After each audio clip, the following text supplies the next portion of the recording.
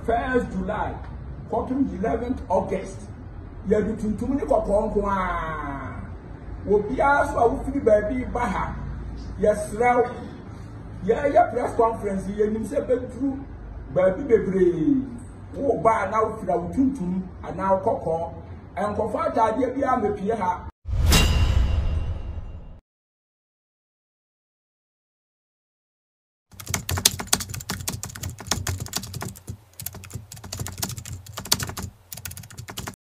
Medofo ya wakwa ADUMASA TV so na nanum ho na bamowu ede na pakan ebefa na kwesi bosompra Goasomanhene ya ye Asanteman ne betwa hene ede no call nsiedo na wotweda no yakodi ede afiri honom afei na bewe ipoma mu a na no atankonwa ye hyehyeye ya yebepe iwa krabre yakopon ya adomo a akatu na bro na wotwe wie ye twatuo ya bonisi weekend di enu ya na chese bibia ehhehye so na yura ye gya no kwan ya nesa ne no na ehho hyehyeye ana ne mpempenso anboa ya traditional council no ana tsankonwa kromafo ni nyina ye no yakọ no ma yesi hu konwa na ede ho amanebo enso so etumi ebremo na July 1st no na nanom atsankonwa ya wo Goaso wo transe na omoresa edisha nkobia hene ano na atapoku na ehihye ahodo a womo aye no de nyina etudwa kasemu na woche se tuntum ne de July 1st no ebepem brada ebe die kuro ni nyina mu eni nkura ehye Goaso ase ntwu no ne ntwia so de obia ehye tuntum anakokọ esanse ato abesere enti no na woso mu nyina aboa me yehu se odumpon bi etutu kuro a sebiri wati nananom afi so emoa won ye ayemmoa hodo nyina odi atudwa akire mu se eni ho kwan se ugya waboa no na onenam kroni basa sensa hoho ebe krom unim de emoa nam krom mu so tumi yemu mabunu so hwe sisi krom tie basa no a na ama eniema agye asine bonkum so ansa na no yenko na yenko tie na natapoku ankobia hene wo Goaso ense mo de todwa ye ba ebe di nkomo yenu wa munim amamre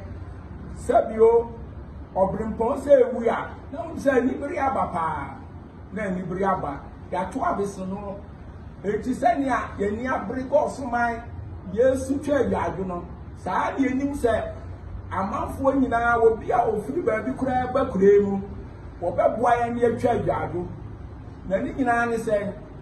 afade a sabio wo ba kura mu ha wo de be yo ho eye kokọ ani tuntum yesram obia baha ani dienti ye nyina so nim se di amamre sitie se odupo betutu saa bra no mu no ye fra tuntum ani kokọ enti obia baha yesre pa se afade be ye tuntum ani kokọ na ebra e be sha se ye fra tuntum ani kokọ ye July 1st, ekosi 11th August. July 1st, ekosi 11th August. Wo ba kurum ha, nu se wa fade eye tuntum ni kokọ. Yesramo, muntie ni yie na munhye no nso.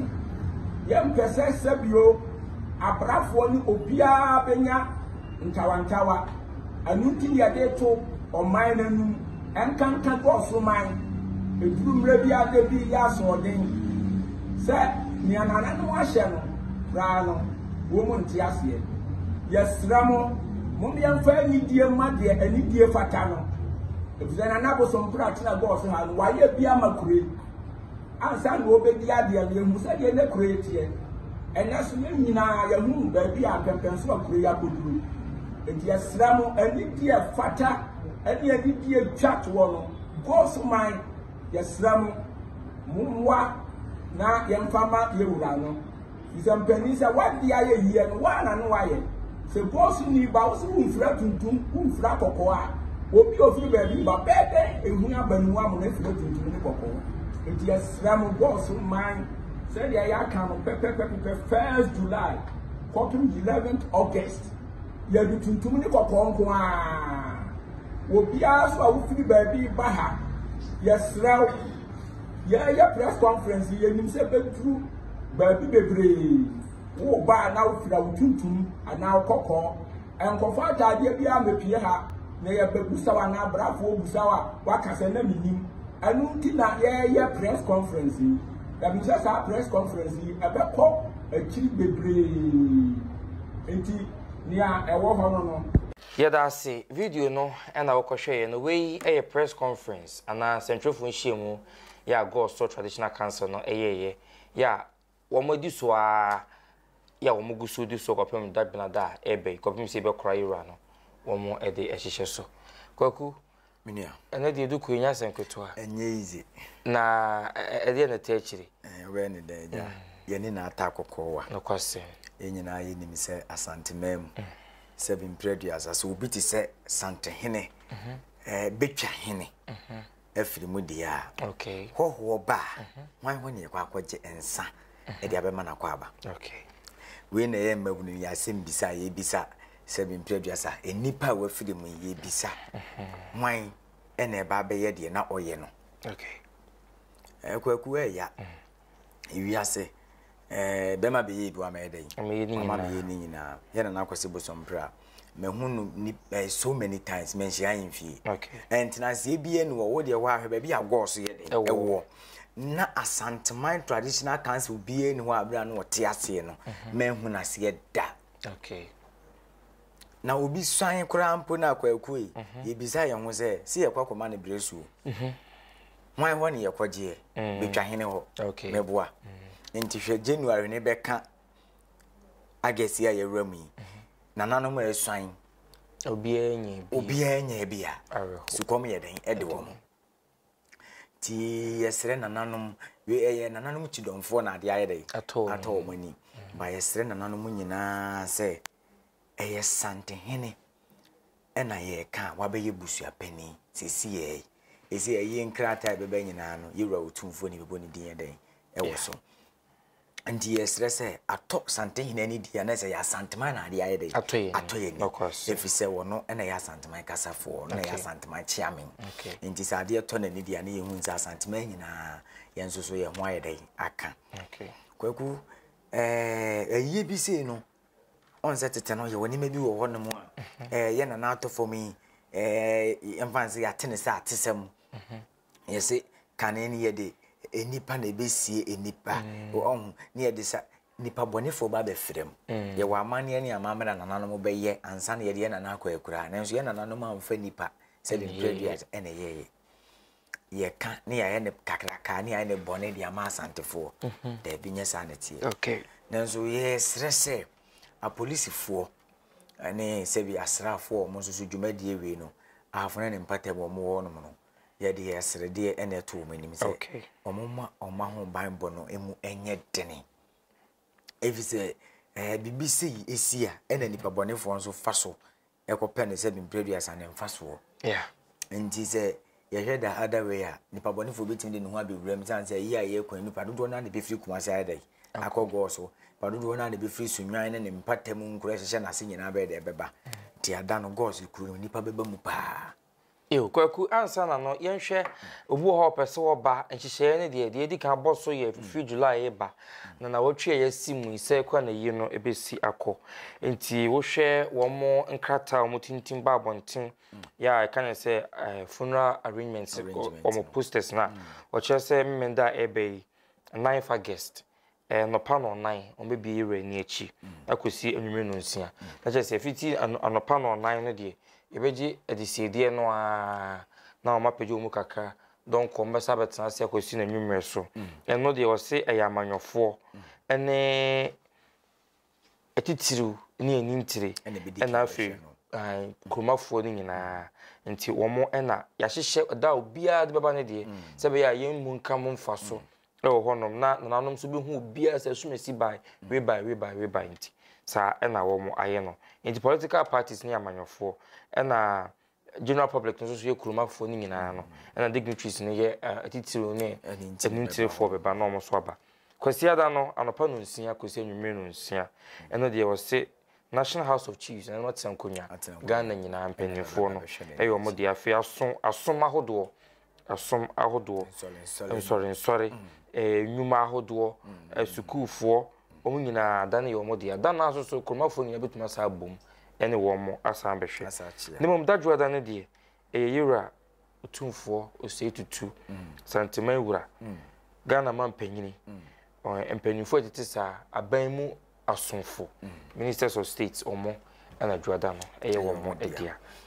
said mampon ye sa so na Goaso susu ye de eko eda bia ne dia se National House of Chief o hwa omo ne se bia soma hodo ne ba kuruma no yintumi nka mo ni wo mo nkonko ye de enkohwe omo so ye omo dai wo se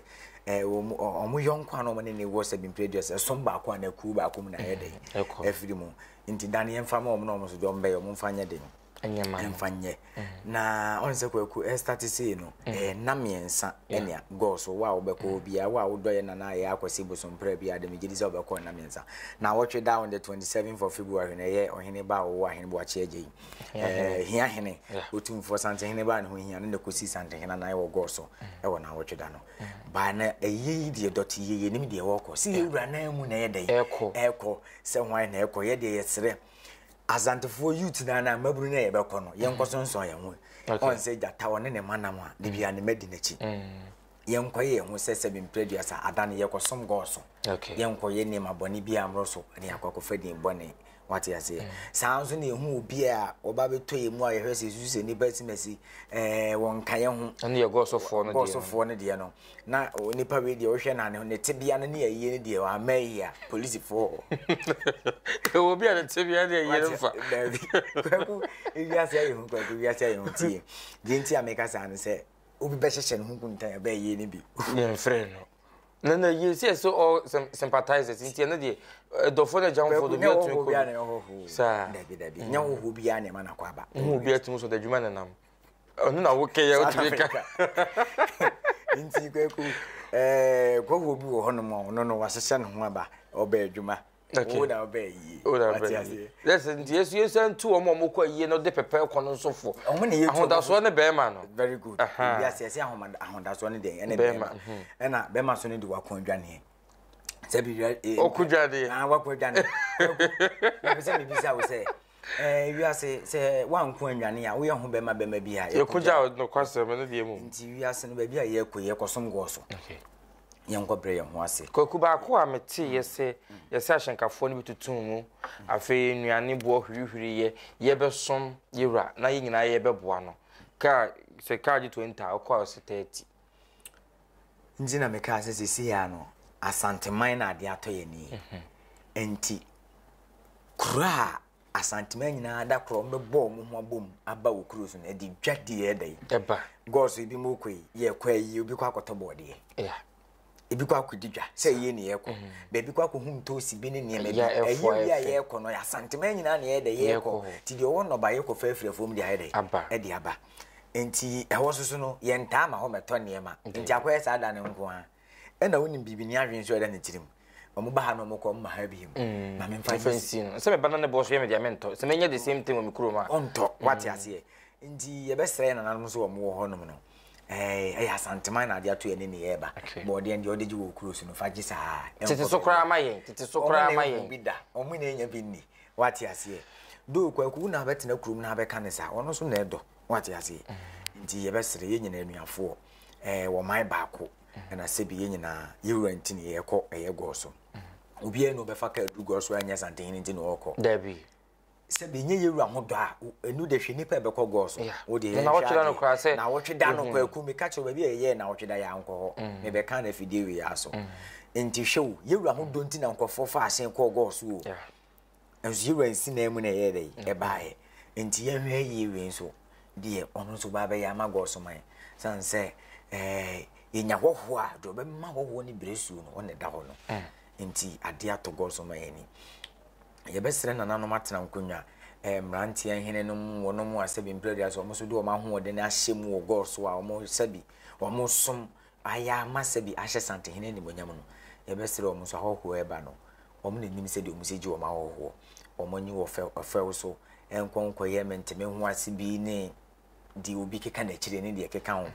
eyewe a ye koi me say akoye te say de say been prayer say ya bodwa e wo sampa sam modi ankrofo ba beto sam gwaja fransa ankrofo ba be dey ba beto na ho nti wo kwa no mo wani nso so ai dey ada ho na wo twa wie ye meti se mo ye nsisi wo kuro ni na botaye be ne techi kwaku nsisi a ye nyina ne se been prayer asa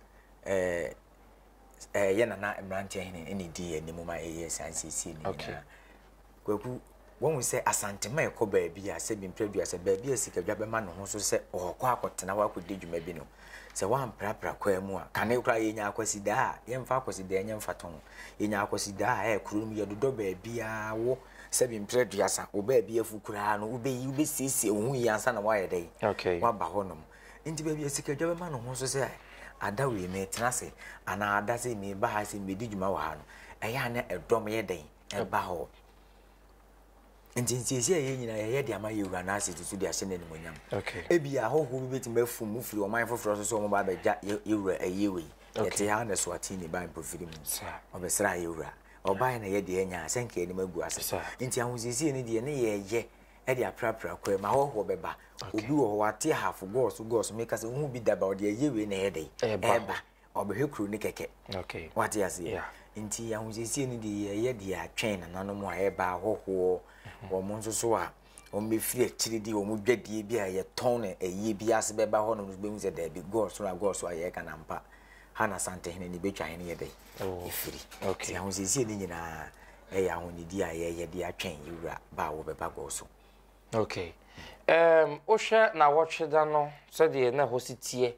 ene ayiye ya na wo tweda no wo ba ye no be ka wi se ye yi no ho pa de a yenko ho o hwe arrangements a ekoso a man hu se o ma clear kwaku ahimfie nanim no mo se ye ba be ye eyi ni nyina this time ye tin park so ze de be ba ahimfie nanim wo ahimfie nanim ye be kora ho nyina na se ye be block ekwan no enti bibia be ahimfie nanim ye be ko ho de kwaku yenko ho na kura de e ba akopɛ efiri se na wo tweda no park bi so mpo na ekokoye na wo tweda no anko da bi uhwe ofafiri wiem na uhwe nipa e ba ye na akwasi busom pra na wo tweda na ho odo ayenkwafo kura besom ho me na wo etese de ya je se bi mpredua sa Dote ye atoa so ada na yi ni betu no sana na wo tweda na etie on se na wo tweda no de yin na ekobum dako nti e bi awe ni chimu aba no de ebe ha kakra anso still na akwa ebe hu nipa okuru nipa de se de tie bi ebe hu nipa wo se de se bi mpredua sa ye na akwase bosom pra utie afone ne mpatemu a ono obi aka age se wa obe wa se bia odi wo mo si afeso anya sem keto nti adekase se bi mpredua sa ade papa bia ne cheche na ya na ade papa bia na ni papa bia wonye den onche nti we yen fans the last respect mabuna e wo Goaso Asanteman mabuna ye de say ye som asante asom sikadwa asom yira no yenso ye kwa yenkoko ye hu se obi aye kwa akosom na ye nyina yenkosom asom gem ni emra hu ni se o man na akosom no so ya Asanteman enkuru ni bi na wo ye den okoso nti wo kuru ni akuru ko ye nua niema e wo what ya say ti ye besre na asrafo so wo mpatamu onso so omonso na bibia ahye wo monsa nya brafo we ye Asanteman ni betwa hene ni pare dia so ade o fa ha o se ho na mewura oba Goaso a ofuni bia ni di o so wa bro kura o mbro nsena kokono nti wi aso ye bibia mu ni nya den ela ho ti asem o kan me na akwase bi from pro da wo ye o one ka asem mi se wa bro wi aso se ni kura akokora o sha be mu mbro nsena so no mu no wo hye ti da wo ye bia no ni nya den ela ho ti kwaku ye besre e bia no so ni e ba be kwa ye be hia asomdwe ne ye de akọ ahyenkafo ye sremo anya afi ni ye kwa akosua ka atwi ye de nipa ne no question my into mo fokaka sa anya afi ni ekosua de won ye expect me so sa week we mu no mo gije nanim sanity because adehye ko pa ye be hwade nso ye be sremo ahyenkafo ni se edurisi ya na mo braba eni ye so wo fa nipa na siyasa de ye kan ya ene 20 cedi 80 cedi ba bi agye sempo akora no oje the bit so munyi musika na nso ye besere mu mirika no se de be yo mbekwa ba asomdwe mu na ya na hia ye asante nko ba bi se bi mpirewasa e ma atoro nche mu nkosi wo ho nti ye kɔ ne nkɔhwe ye hu yi ya modi ya nam na me kan ho e be kɔ abanti ya hyenkafo no se yamfa se bi mpirewasa mmara ye ama se mfantwika na ntwika na ye fa ya ye kwan so se ye kɔ abanti ma bagye sika ye bagye gu ye botom dia ye nkɔma ya da se ma men kai o se fie da nwumre so candles night eno na yudumedie kakra ye no akokora ba fie no ye bedi nanim eja na we hu kwan e dia ba fie nti obetumi akofiada na okorete na sibi enwumre na aso so beje adwade na mekai o se no so ka ho bi ADUMASA TV the because na otwa wie nyina wo Goaso so ye be som e wa hanom follow yen our platforms ahodo nyina so Facebook YouTube ni ADUMASA TV Facebook ADUMASA online TikTok ADUMASA Media and ADUMASA TV within the 37 hene kweku yama umo enitia enyado